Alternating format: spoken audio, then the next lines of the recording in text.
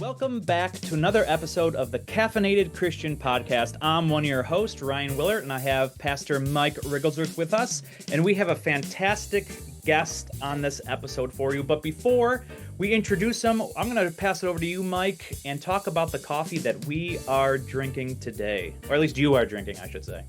Yeah, are you not drinking coffee today, Ryan? Oh, I'm drinking some coffee. Are you? It runs through my vein. Absolutely. All right, excellent. Yep. Caffeine flows through my veins at all times. So today I am drinking coffee from Bolivia. I'm once again sipping coffee from Atlas Coffee Club.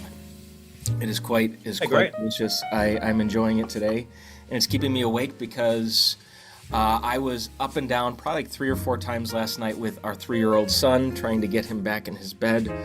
So it's a fun, I don't know if it's sleep regression or what it is, but we're having a good time. And yeah, I'm trying to make it so that I could string together a coherent sentence or two during our podcast. So just pray for that.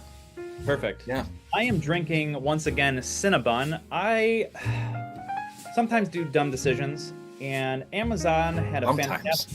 Well, let me say, sometimes I'd make good decisions. The rest are mostly just dumb. That's me too. Amazon had a great deal going on that you could get 50% off of K-Cups, and I decided to go ham on ordering K-Cups because I had some gift cards on my Amazon account. And so I'll be drinking Cinnabon for a very long time, we'll put it that way. So I'm trying to put these back so I can move on to a new flavor, but I have it in my nice Disney World cup, and everything is good today. So, Mike, I'm going to toss it over to you to introduce the special guest that we have for our listeners. Right, well, today we have with us Ed Uszynski. Ed has a PhD from Bowling Green State University and has been a content specialist for Crew, Athletes in Action, and Family Life for over 3 decades now. He also serves as a oneness and diversity consultant for church and parachurch organizations. And Ed is also the author of a book called Untangling Critical Race Theory, What Christians Need to Know and Why It Matters. Here it is. In Ryan's, it's showing up more clearly because I decided to blur my screen. But Ed, yeah, it's not a blurry book cover. It's actual. Yes. There's something on the cover of the book. Just to let you know. Those watching can actually read the book. Yeah. So, Ed, how are you doing today? I'm doing good, fellas. I am perhaps shamefully in coming on a podcast like this. I am coffeeless.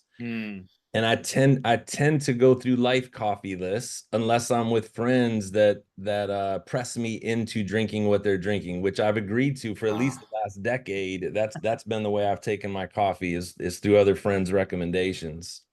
I gotcha. So it's only through peer pressure that you drink coffee. It really is. Yeah. Like if we need to end this right now and it's just going to be super short because you didn't find that out ahead of time. I'm just trying to be honest with you. We give you a bad Amazon review, not on the book, just on the fact that you don't drink coffee. The book's great, but he doesn't drink coffee, guys. He doesn't drink coffee. Yeah.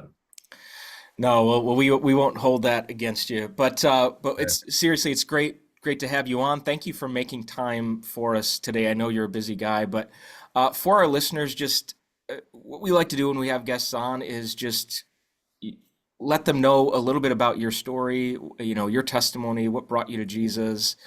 And off of that, what inspired you to write this book, Untangling Critical Race Theory?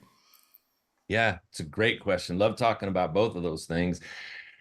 Well, I did not grow up in a Christian home. I grew up just outside of Cleveland, Ohio. So I know Ryan's down in the Columbus area now. I grew up a couple hours north there in Cleveland. And it was a church-going family, but definitely not committed to Christ. We're not really familiar with the gospel. And I went to Kent State with the intention of playing basketball. I was recruited to go there, and that was kind of what got me in the door at Kent State. And I'm going to skip over a bunch of details just for the sake of what we're doing here. I wound up not playing basketball at Kent, but I stayed at Kent State.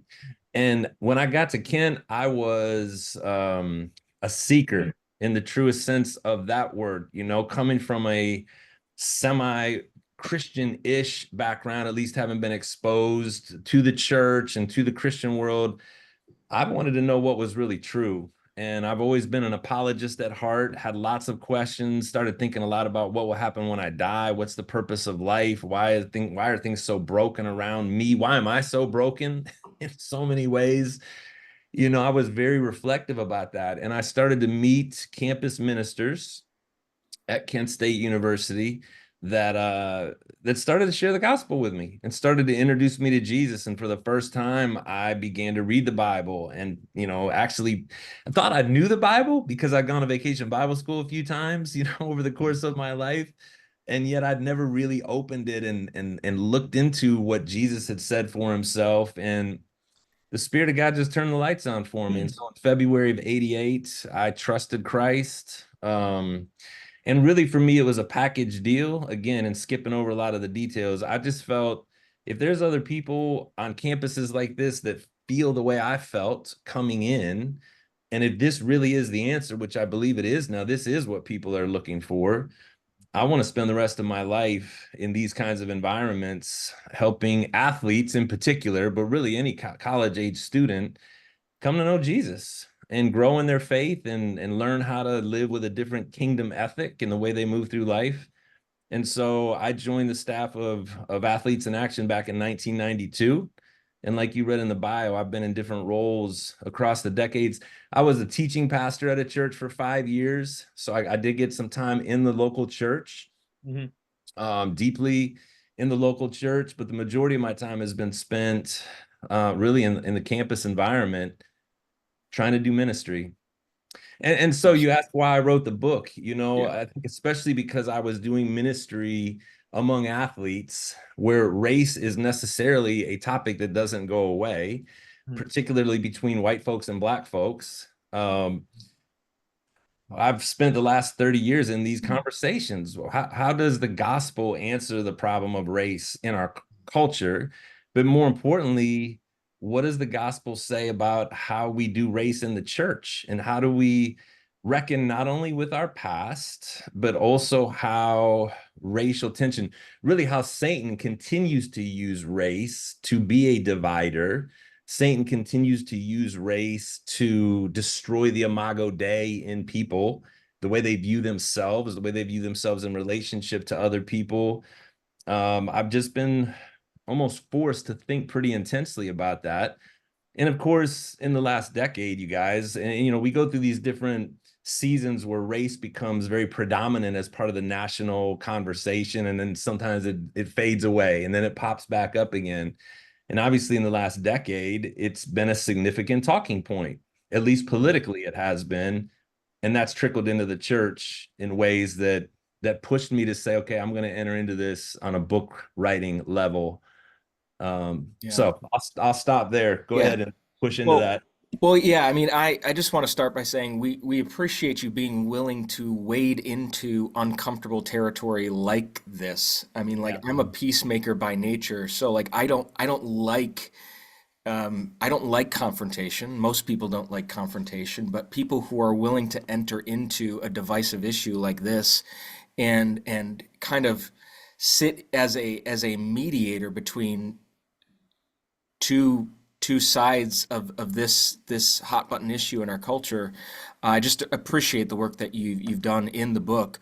And what I found really compelling about this is that there are talking points within here that super conservative Christians will wholeheartedly agree with.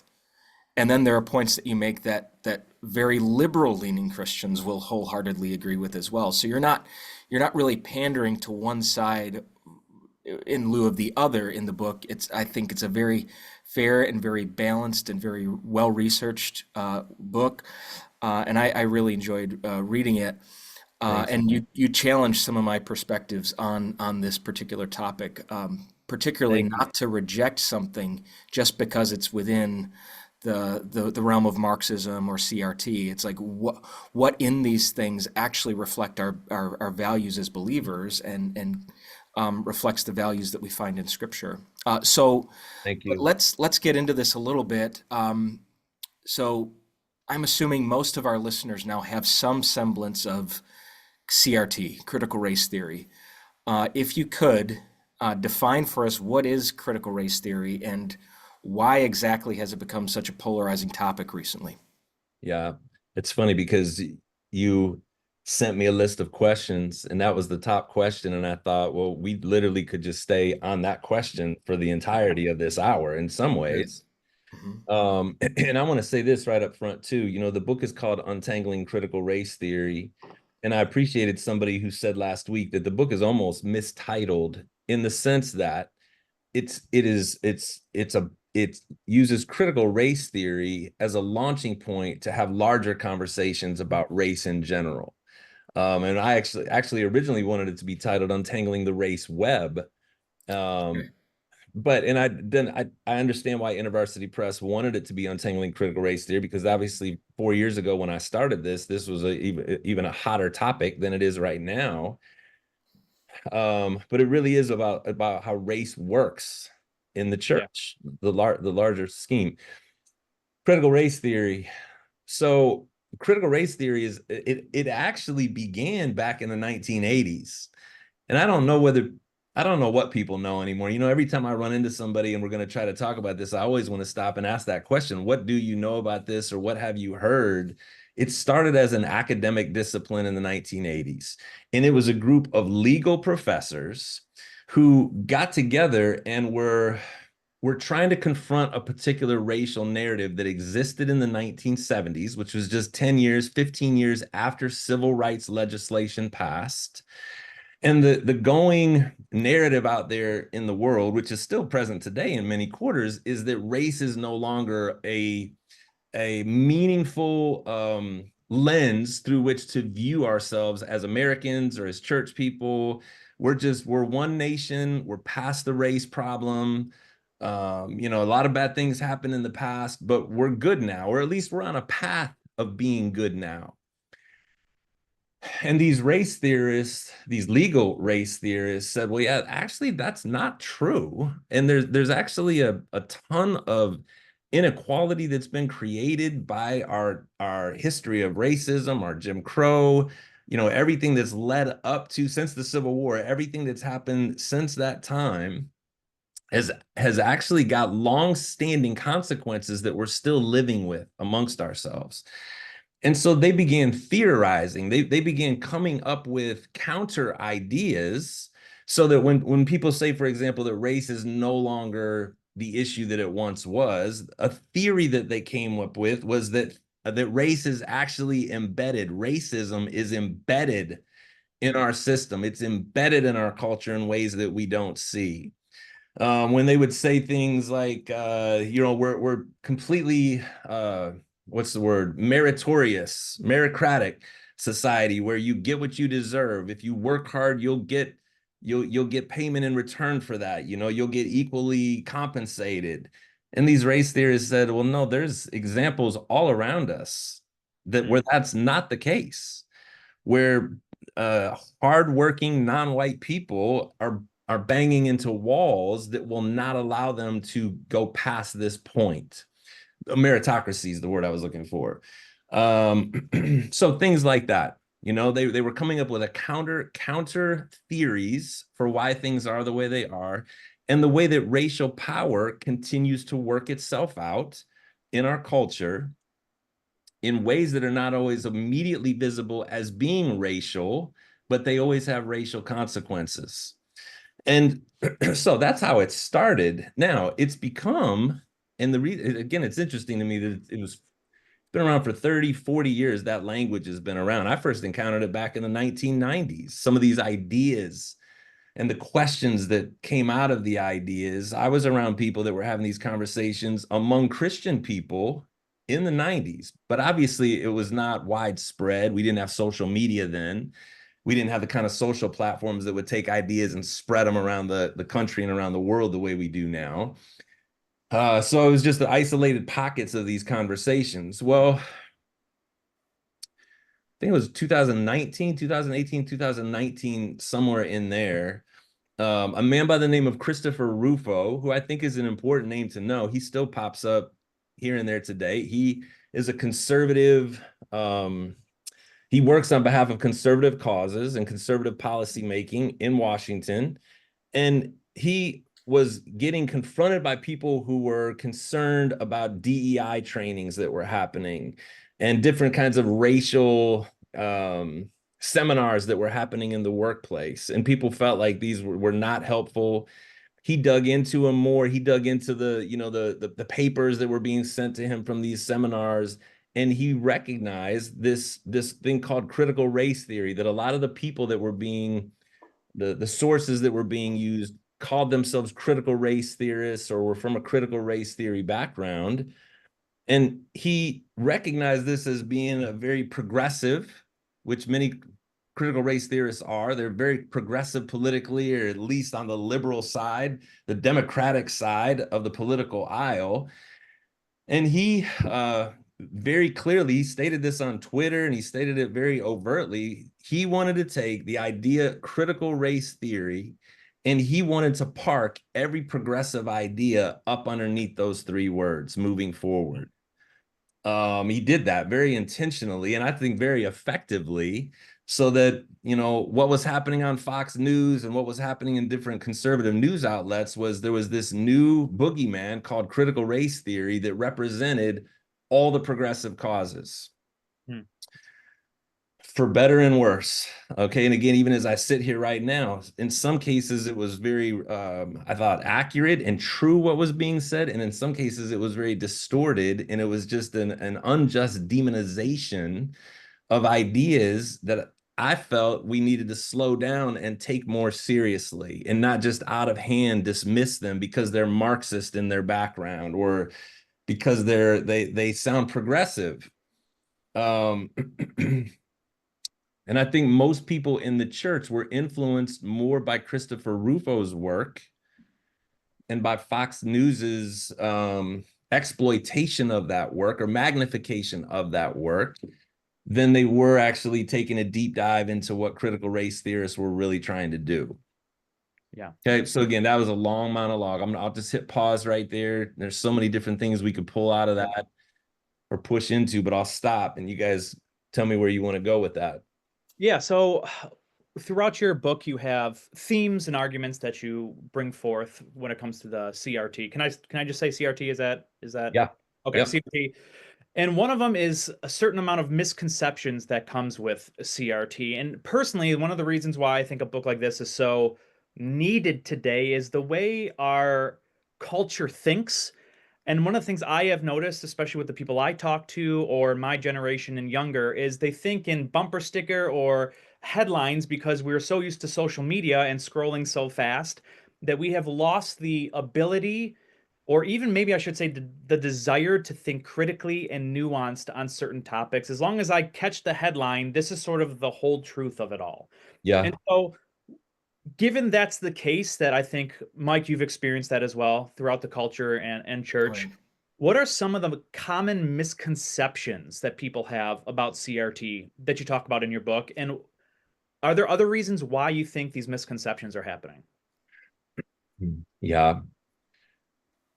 And I appreciate that as a summary of kind of our cultural moment and the way we operate when it comes to knowledge or acquiring knowledge. I mean, I have to be careful I don't do that myself. I think we're all susceptible to it, right? Yeah. And really what I wanted to do is slow down. That's what I've been doing in my own ministry way before I wrote this book. How do we slow down and really take these questions and different issues behind the questions and put them under a microscope and look at what can we affirm? What do we need to deny? What does the Bible say about this? Where are things murky? And so that's the work that I'm always trying to do. Again, even before writing this book. Yeah. I think when it comes to critical race theory, one of the things that I've tried to do is separate out what's being talked about when it comes to race versus the gender and sexuality topic that also gets merged into and under the critical race theory umbrella, justly, because that has become, over the last 30 years, that has become a topic that critical race theorists have extended their thinking towards. And I have felt all along that what the Bible is calling us to when it comes to race and what the Bible is calling us to when it comes to gender and sexuality are two very different things. Hmm.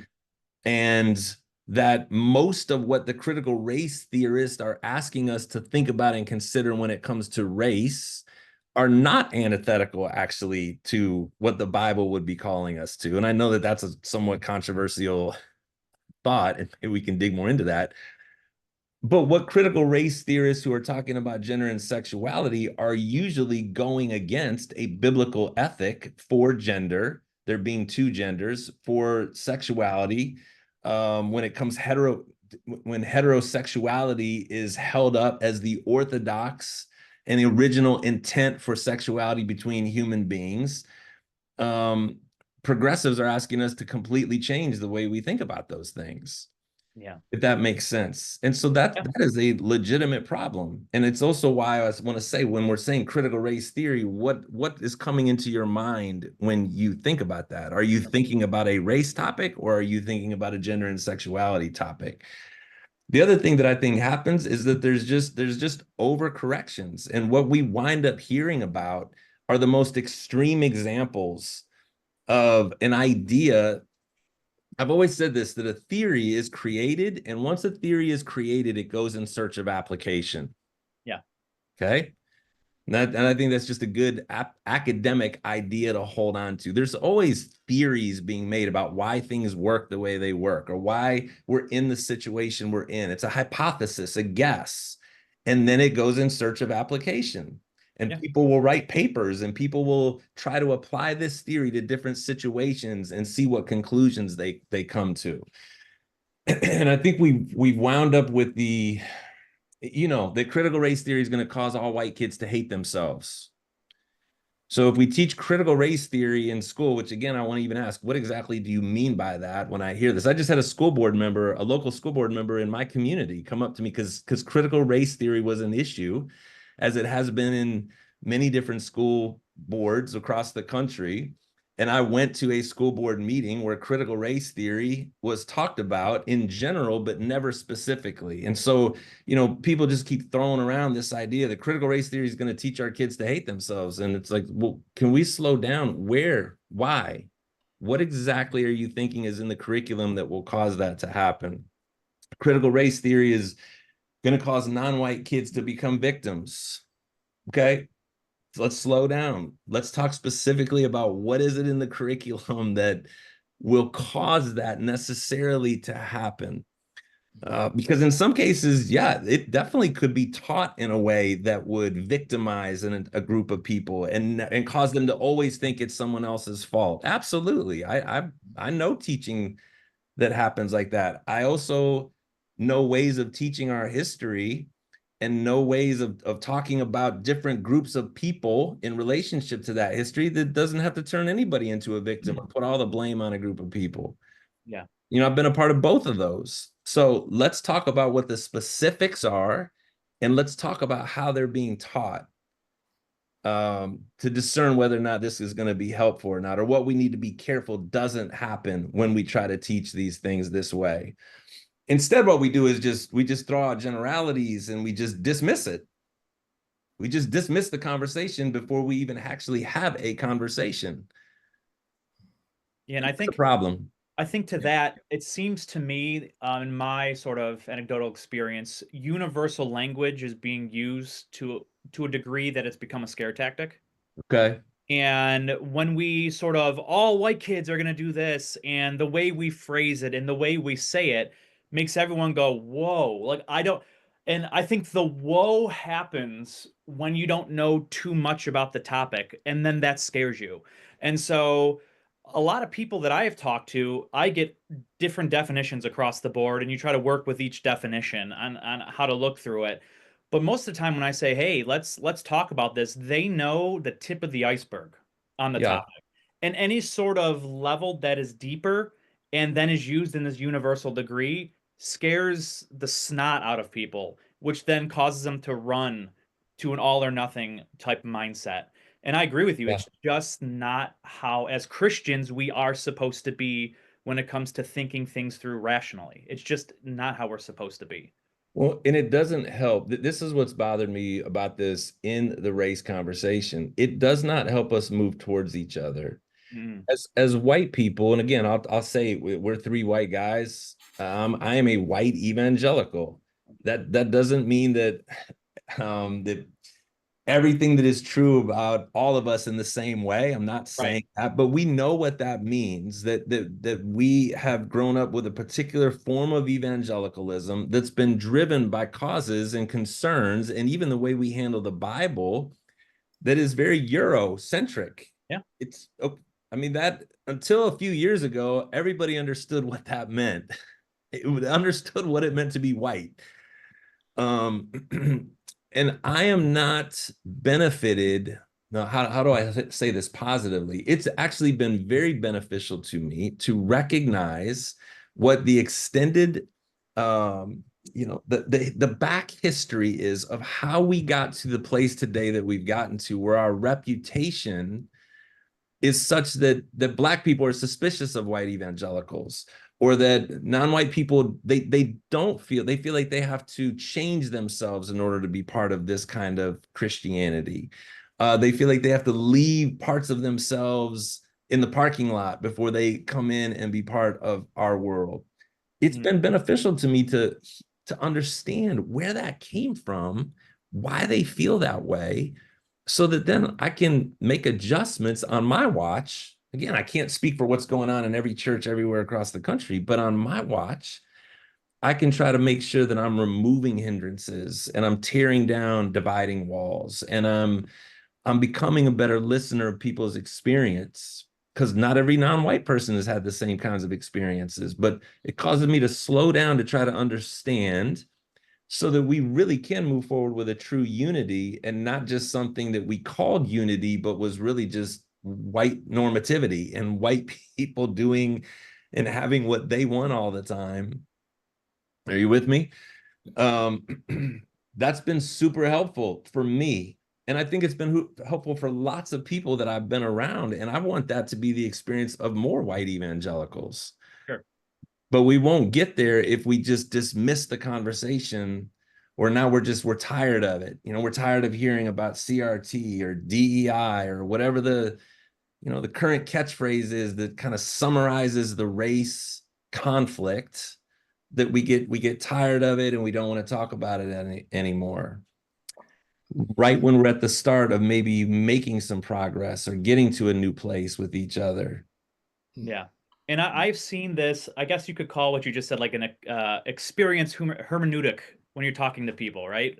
Rather than just taking hermeneutics into how to read scripture, how we deal with people to a certain degree. We can sort of define that word in that way.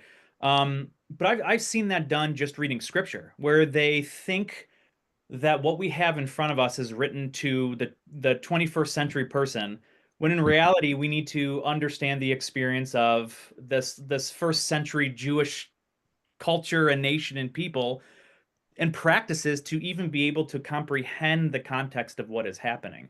And if we can't do that in our everyday life, I think it's going to be even harder to push that farther back thousands of years to help us understand what Scripture is even pointing to in the first place. So, um, my next question is for you. How then, or are there specific sort of biblical principles that align or conflict with sort of key tenets of CRV when it comes to reading scripture and understanding hermeneutically in relation to this topic?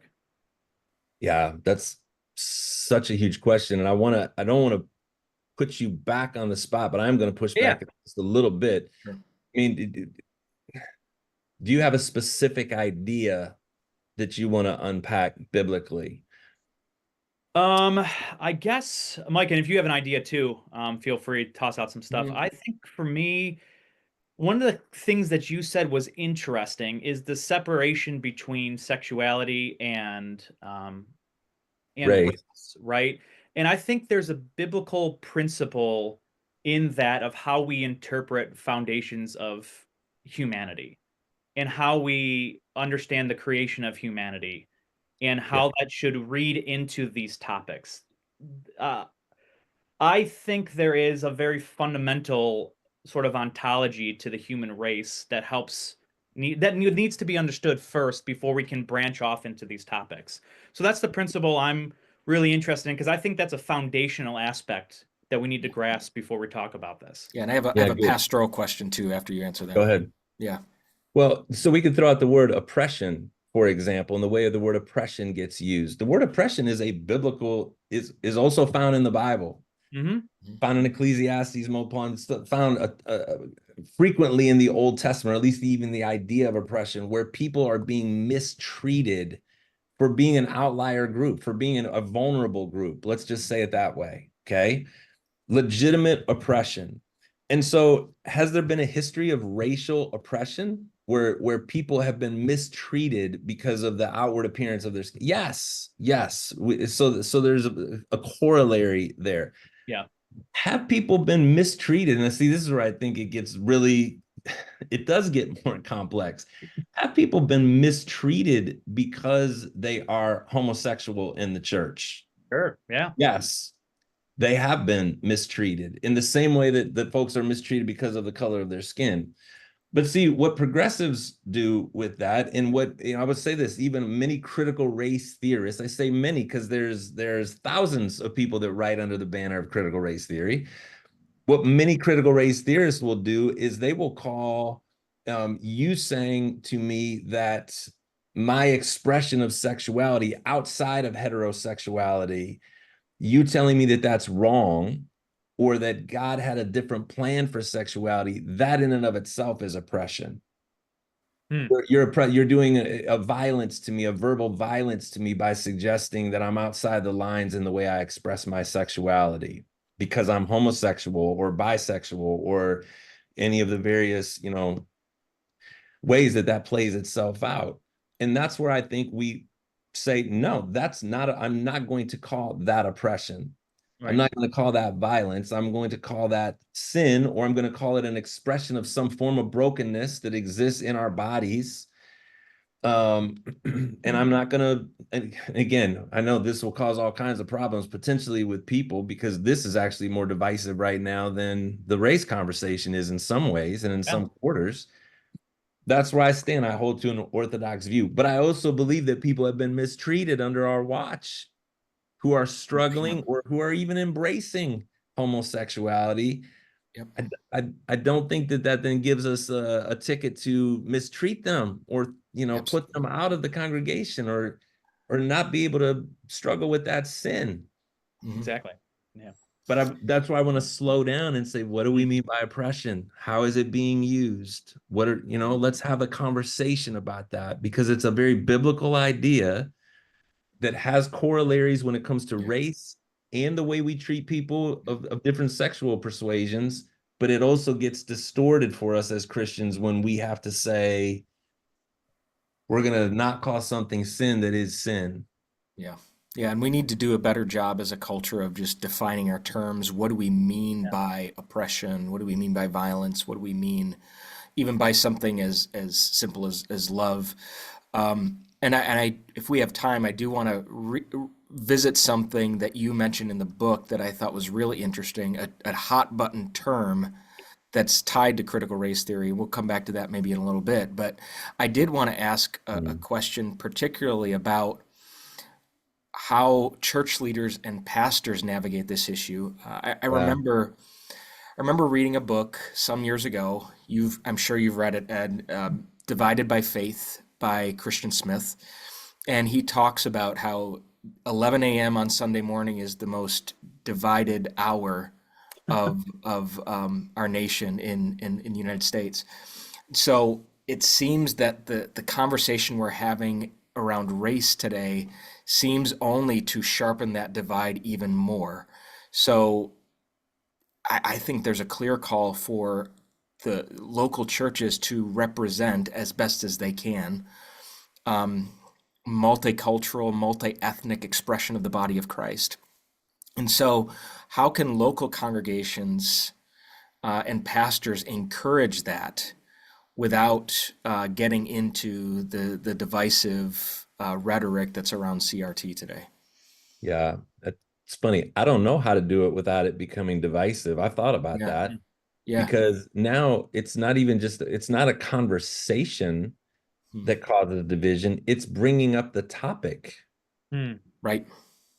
Yeah. That's kind of what we've said for this first half hour, Yeah. isn't it? I mean, there's just such a knee-jerk reaction, and we immediately run to sides. Go ahead, Mike. Well, and it's amazing. It thought triggered in my brain too. I remember listening to an interview from a pastor who he has every pastor. I've been pastoring for 15 years, and I have Mm. messages that when they fit a particular occasion, I pull them out, dust them off, refine them, all those sorts of things. But this pastor decided he was going to pull out his sermon that he talked about around racial reconciliation. It's Mm. a biblically based, exegetically sound message. He'd preached this message years before to the same congregation. So he pulls it out, he modifies it a little bit, and he preached it during the George Floyd race riots. Okay. And everybody started coming to him and saying, like, you're a proponent of CRT and you've gone woke and all of this stuff. And he's like, I didn't even know what CRT was. And people started accusing me of this stuff. And it just goes to show how, like the point that you made, just by mentioning racial reconciliation, you're stepping into hot water as Yeah, a Mike. church leader. Listen, and again, I'm kind of to a point where I've been having this conversation for a long time, and I'm struggling to figure out my own way into it, to be honest with you. I'm so discouraged, um, based on the stories that I hear. And again, there's things happening all over the country. We only know what we get access to, right? I mean, we're made up. You said a experiential hermeneutic that you said, Ryan. Mhm. We're making sense of life based on what we're hearing. And I've been so disappointed at the flood of stories that I've heard about directly, that I've read about, where exactly what you just said, Mike, that try to bring the topic up, to try to introduce it in a biblically, orthodox way, immediately gets a backlash that causes a pastor to say, I'm not doing this any again. Well, why would anyone want to step into that? Right. And so I say to myself, as a sociologist, as someone that's trying to understand what's happening for us within the church, as a missiologist in America, I step back and I just say, white white friends, because it's not always just white people, but we're speaking as one, and to the masses of white Christians. If you go back all the way back to the Civil War, this pattern has been the pattern that has characterized us. Again, I put us in quote marks, since at least the Civil War, if not before. And that's this: that every time there's an opportunity to really move forward and to go deeper with repentance and genuine lament and connection, understanding, these kinds of words, a repentance before the Lord for allowing Satan to have his way between us. That's really what this is. Again, to allow a man-made political structures to be what dominates our thinking about how we think about one another. We allow race to be constructed where this group of people is superior and everybody else is beneath them. To the extent that we've gone along with that and we haven't a chance to move past it, there will always be these pockets of people who are of the abolitionist mindset and who are saying, no, we're going to move forward. They'll write books. They'll have seminars about it in their churches or whatever. But there will always be a backlash to that, a subsequent backlash. And the backlash is usually louder and stronger and more debilitating than the abolitionist spirit that says, let's move through this together, let's move to a different place with each other. Look at, I mean, it's actually a fascinating history to study. Every time there's been a race quake, yes, it gets people's attention, and there's a minority of people that say we're going to move differently into this from now on. We'll take the consequences that come with it. But the larger voice says it's a voice of retrenchment. What Devin Carbato calls there's always a retrenchment where there's a backlash, there's a demonization of language, there's a People are getting fired in their jobs, churches are being divided, split, literally. And so what happens when that happens is everybody says, I don't want to do that. That doesn't seem like a good thing to keep messing with. And so we let it go. And then there's another race quake, another George Floyd moment, another OJ moment, another Promise Keepers moment. Um, what was the other one in the early 90s? Wow, I just lost it in my mind, where there was a videotape, a Rodney King moment.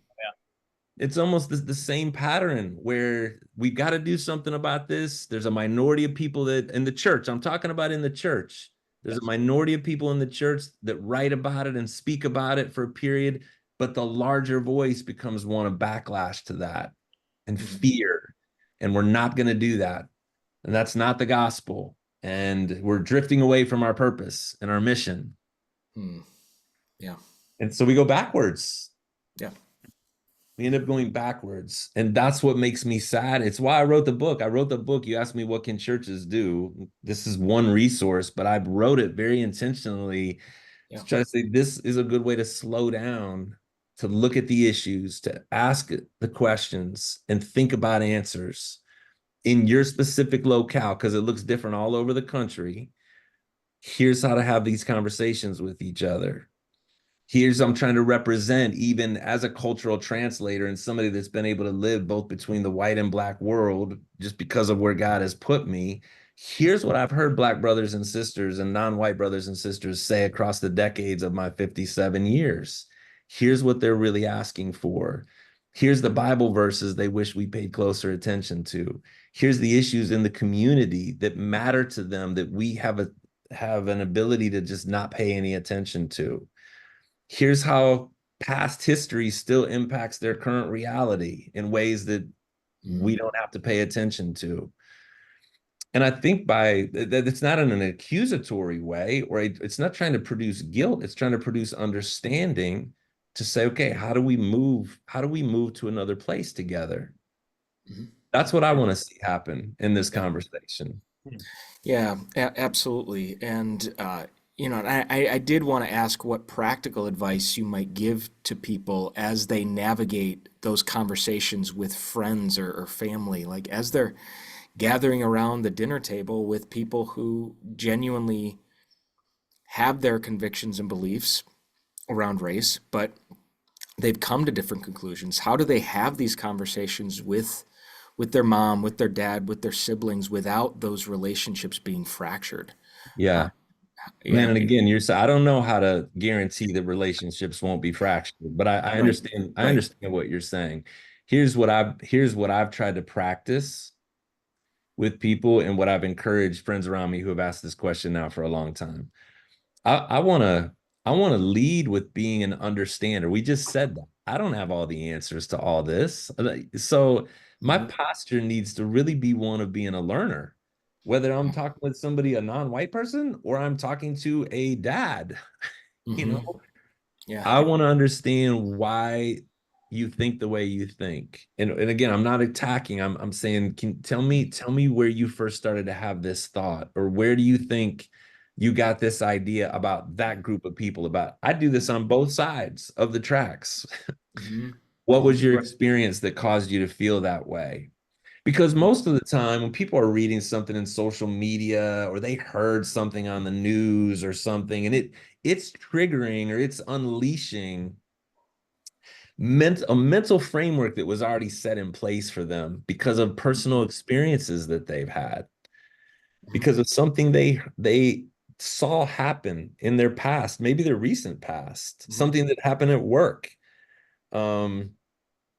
And I want to understand that before I'm going to try to help them understand something different or something that I have in my mind. I want to really dig into sorting through how they got to where they're at and what they mean by the different things that they're saying. And you got to be really careful with that, because people are ready to be they're ready to be on the defensive when it comes to this topic. It's people lose their minds when it comes to talking about race very quickly.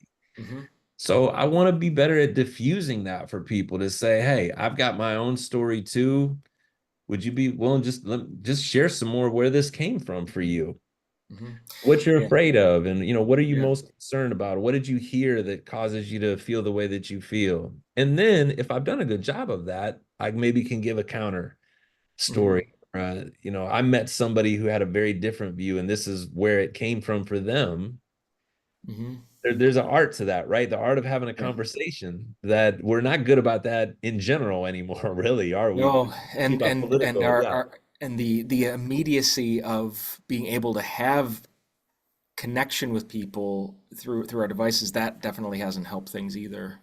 Because we're not having face-to-face conversations with people as much. I think That's that's right. one of the issues. But I can control what I can control. I Sure. don't always know how people are going to react. So I need to be careful that I don't come across like I'm trying to fix somebody, or that Sure. I have all the answers, or I'm in some kind of self-righteous position, because that never Right. goes well about Nope. any topic. And I can be genuinely curious and Yeah. genuinely humble that I'm sitting in front of somebody that has legitimate reasons for why they came to the place that they came to. Yep. Um, and if I do that work on the front end, again, I don't know what the percentage is, but I think you have a better chance of things going well, or at least moving further into an actual conversation, than if I come with my agenda, or I come already assuming this person's stupid because they think this way, or Yeah. they're ignorant, or Yep. whatever. Yep. That's not usually going to go. That doesn't work in marriage very well, does it? Mm-hmm. When we come at each other Nope. that okay. Nope. It's Nope. the same thing when you're trying to have a difficult conversation over race or any other topic. Yeah, absolutely. Now, you mentioned just a moment ago how people quickly lose their minds when you start talking about race. And Mm. you also mentioned that there's been this weaponization of language that's taken place. And one of the terms that gets used in this conversation often, people lose their minds over something that's been weaponized, is the term white privilege. Now, Yeah. you offered clarity to me on this term. You defined it in a way, it's pretty obvious when you think about it, but you defined it in a way that I hadn't heard before. So could you take a moment to explain to our viewers or our listeners just white privilege, Those that are still listening. those still listening, right? Or watching, what is white privilege?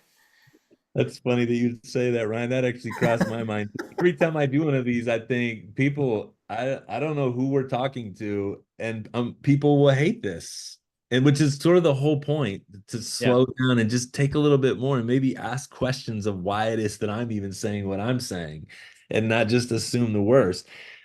Like, I don't know exactly what you're referring to as far as a different definition. This is how I think about it. And that was actually the phrase that, when I say that we were interacting over this back in the 90s, in the 1990s, that was one of the phrases that we were having discussions in our Bible studies about, and on campus with athletes, in talking about I mean, this is what I think of when I think of white privilege. I have a privilege in being white, in that I don't ever have to think about being white. Like, that's the way that I Yeah, don't have to think about race at yeah, all if I don't right. want to. And Yeah, what I have learned is that that is not true for non-white people who are living mhm, in a predominantly white society and are predominantly in yeah, white, let's say, church spaces, if in fact that's yeah, their experience. hmm, They're always having to think about yeah. what race means, what the implications are. Go ahead, Mike. Well, and the reason I say it that way is because the people that I've interacted with who get triggered by that phrase, they jump to the assumption that means that I didn't work to earn what I have. I Yeah. didn't I got a free pass on college education and I just got hired by my job because I'm white. Yeah. It's like, no, that's not what white privilege is. It's actually something else And entirely. it may show up in those ways, but Sure. the larger umbrella idea that's worth thinking about Mm-hmm. is, how is it that I get to go through 57 years of life? And if I wasn't confronted with these ideas, I don't have to think about race. I don't have to talk to my kids about Yeah. what happens when they go out at night, or how they should interact with the police, or Mm-hmm. because there's just sort of an assumed norm that I get to be a part of. Yeah. And it's just not the experience of white people. It's not, can we find some somewhere who maybe will say that they don't feel that or think about it? Yes, we can. But in general, if you live in a predominantly white-skinned society where whiteness actually means something and has meant something, Black folks will go through that society differently. Yeah. Like I said, that was totally understood a couple decades ago. Yep. Everybody understood whites can eat here, you can't eat, blacks can't be here. We put signs up that said this. Yep. And so, we said, well, that's all gone away now. And I think I actually think that's a really naive, that is a naive position to hold, that after hundreds of years of operating that way, where it was very clear what it meant to be white and very clear what it meant not to be white, that just went away. It just disappeared from our family. It disappeared from our social structures just like that, because a law was passed in Washington that said, yeah, we're not going to be overtly racist anymore. We're not going to let you put signs up anymore. So the assumption is we're all good. Yep. Yeah, come on. No. Yeah. No, understood. Yeah, and like, and to your point, when you actually do sit down and try to listen to other people and their experience, if you're approaching the conversation humbly, like James says, quick to listen, slow to speak, slow to become angry, and we've inversed that scripture, right, in our conversations around this topic for sure. But I had a conversation several months back with a family of color, and the mom was sharing about how she took her son to Exploring More one day, and there was a little boy in the play area there that said he refused to play with him because his skin looked like dirt, right? And you don't think things like that happen today, but they still do. Like you said, just because policy or specific legislation may have been passed, it doesn't change history, and it doesn't change people's mindsets. It doesn't change, a family legacy of racism and things like that. There's a lot more work that has to be done. So Mike, that's such a good example where we can say maybe that little boy was taught that maybe at home. Maybe he's just being a little boy and he's right. making an observation. And it doesn't mean the little boy is a racist or that we don't have to condemn the little boy, but the black boy is affected by that in a way that sticks with him. And he will find and he will bump into that same mentality at school. If he bumps into the wrong teacher with other kids, he will bump into it in stores. He will bump into it in the banking industry. He will bump into it when it comes down to get it. He will bump into it. Yeah. Is it as widespread as it was in 50 years ago? I think we can say no, but it's still there. It's still out there. There's another term that's been demonized, and that's DEI, diversity, equity, and inclusion. That's kind of the new boogeyman, I feel, of the last year that's really spent a lot of time in the news. And so what is the implication of having a diversity, equity, and inclusion program? The assumption is that we put these programs in place and we're just going to give jobs to non-white people. And so white people start getting oppressed in a sense because they're being overlooked for jobs because we're purposely just looking for somebody that's got dark skin, or we're looking for a female to take this role or whatever. When the whole point of it in the first place was to say there's already been this pattern that's been set in motion where the only people that ever get hired, not because of merit, but just because of the pattern and the way we've established our procedures, are white men. So we're going to intentionally create an intervention that forces us to try to find qualified non-white men to be in these roles. That's where it started. And I remember thinking about it. No, that's a good idea. You need an intervention of some kind. In some cases, do I have examples where I feel like a non-white person was just put in a role even if they didn't deserve it? I've seen that happen. Sure. But now the mentality is that's Within the churches. yes, Yeah. yes. And I say Yep. that's sloppy then. That was never the point. The point was never to get unqualified non-white men to take roles. The point is get qualified minority women, for example, to be in this seat because you want the fullness of what comes from having genuine diversity at the table. That is always going to benefit you. Absolutely. But it's been demonized now to always and only mean they were hired just because of the color of their skin. It had nothing at all to do with merit. And I think that's silly. So I just saw an article the other day that the House seats that are up being discussed right now, and I don't know if this is still true because this was a few weeks ago now, but at the time, the 20 people that were being put forward to be in these congressional seats were all white men. There was one guy that has a maternal Mexican grandmother or something like that, but otherwise they're all white men that got put in the seats. And I say, okay, I suppose it's possible that in these 20 seats, all we could find were white men, but I'm not stupid. That is the pattern that's been established that we're actually talking about and saying there's not a single woman that merits a seat at this table. We won't be any better off by having a female voice as a representative at the table. We can't find any Right. non-white people that deserve to be at this table so that again we have fuller representation Yeah. at this table. Yeah.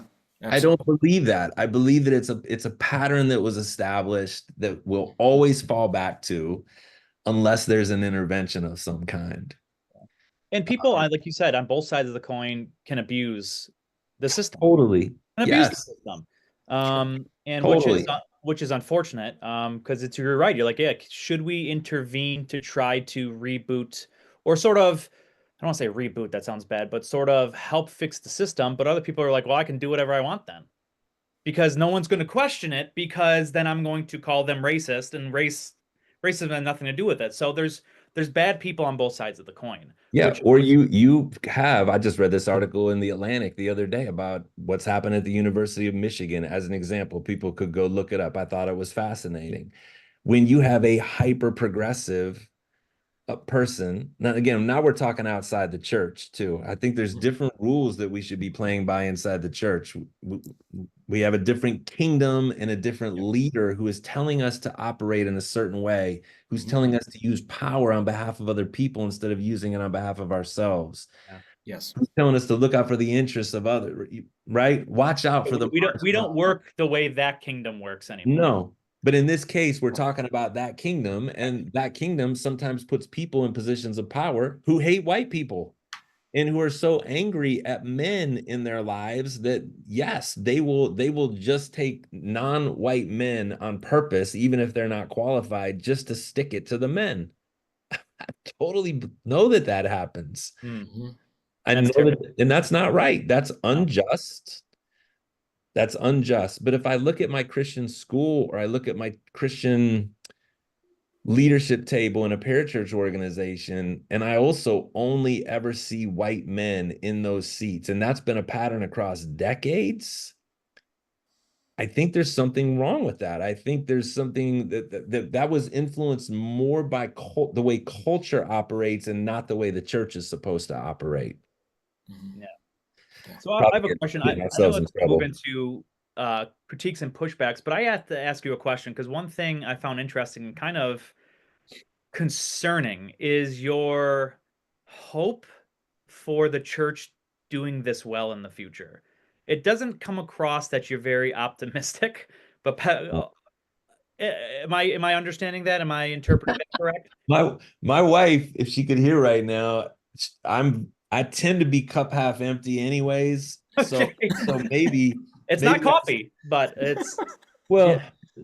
listen, guys, and again, I'm almost 60 now, and I've been doing this for a long time, and um I probably am more discouraged than I am encouraged. Okay, I will say that. I think I'm more discouraged because there's people that have let me down that I thought we're in a different place when it comes to this topic. I get discouraged when I see leaders um, turn on their people because they're favoring donor concerns or they're concerned about a board. Or numbers. That's right. So they don't Yeah. stand on righteousness. And I feel this way about all topics. I think we all probably feel this way. When Yeah. you're not willing to stand for what's right, especially in this case when it comes to race, and you choose to follow the money or make sure that a particular group doesn't get their feelings hurt in this conversation, that's very discouraging to me. And I have way more of those stories right now than I do the other. That being said, and it's interesting because I just had this conversation with Crawford Loritz the other day. Crawford wrote a foreword for the book. Some of you know Crawford. He's been a stalwart within the evangelical world, African-American pastor. He served in crew for many, many years. And he said to me that he, in spite of all the discouragement that there is and all the examples of discouragement and problems with congregations turning on their pastors, et cetera, young people today are in a better place to try to have this conversation and to move forward in a way that is healing and to move forward in a way that is, as some people want to talk about being colorblind, in the best sense of being colorblind. That was cool. Yeah. That we're going to be colorblind in a way that says we're going to appreciate one another's differences, and we're going to appreciate how God has purposely made us different in a way that we all can benefit from and will benefit from eternally when we're together. That he's actually hopeful because this new generation is more ready to have this conversation than his. He's older than I am, and that maybe mine is. And so let's keep trying. Let's keep writing books like Untangling Critical Race Theory to try to help people slow down and understand one another instead of just reacting. Like, listen to our prophets instead of just our politicians as Christians. How about that? Absolutely. You Absolutely. know, and let's let them be the ones that form our mental frameworks when it comes to how we view people that are different from us, Yeah. instead of letting CNN and Fox News do it for us. Right. And so I guess if Mike, if I may ask one last final question, and I'll toss it over to you. Sure. Um, it's interesting that you have that mindset. It's kind of saddening a little bit, especially for how long you've been in it. And I know a lot of these problems, like communications problems, stem from something. There's a lot of issues that stem from something. I know sin is, I think the Christian worldview explains the problem, like sin nature, right? But do you think, in your experience, there is a fundamental vice that sort of lies at the bottom of all of these issues that the church could approach it, at least that first, when it comes to this issue of CRT? Is there a fundamental vice that you see, like pride or something like that? What do you have any thoughts on that? I think I think pride is a subset. There was just a book written. You mentioned Christian Smith and Michael Emerson, who wrote Divided by Faith. Glenn Bracey and Michael Emerson wrote a book called The Religion of Whiteness. It just came out last year, and it's a sociological study of white evangelicalism and our different attitudes as compared to non-white evangelicals. And it's disturbing. It is very disturbing, um, the commitments that have been made to a racial heritage. And again, this is going to get, I don't know, maybe people are just not wanting to hear this sort of thing. There is a demonic stronghold that has to do in this country. Again, this looks different around the world with different racial backgrounds and different ways of dividing. In our country, there's a demonic stronghold tied into whiteness. I really still believe that. And I've tried to talk myself out of that actually through the years. And I'm back in a spot now where that is a significant problem. Not the fact that I have white skin, but that I have a mentality and a posture and a history of how I think about myself in relationship to other people that is a problem. Mm. and that I want to preserve that. It's maybe not even conscious. I don't think it is conscious. That's part of the problem for most people. We don't consciously have to think about what it means to be white and the effect that it has on us and others in the same way that non-white people have to do that. Hmm. When I dig into that, it's a posture, it's a mentality, it is a pride that I want to hold on to something. We see it in the news a ton now. You see it with Christian nationalism. You see it, at least I do, in the spaces I hang out in on Twitter.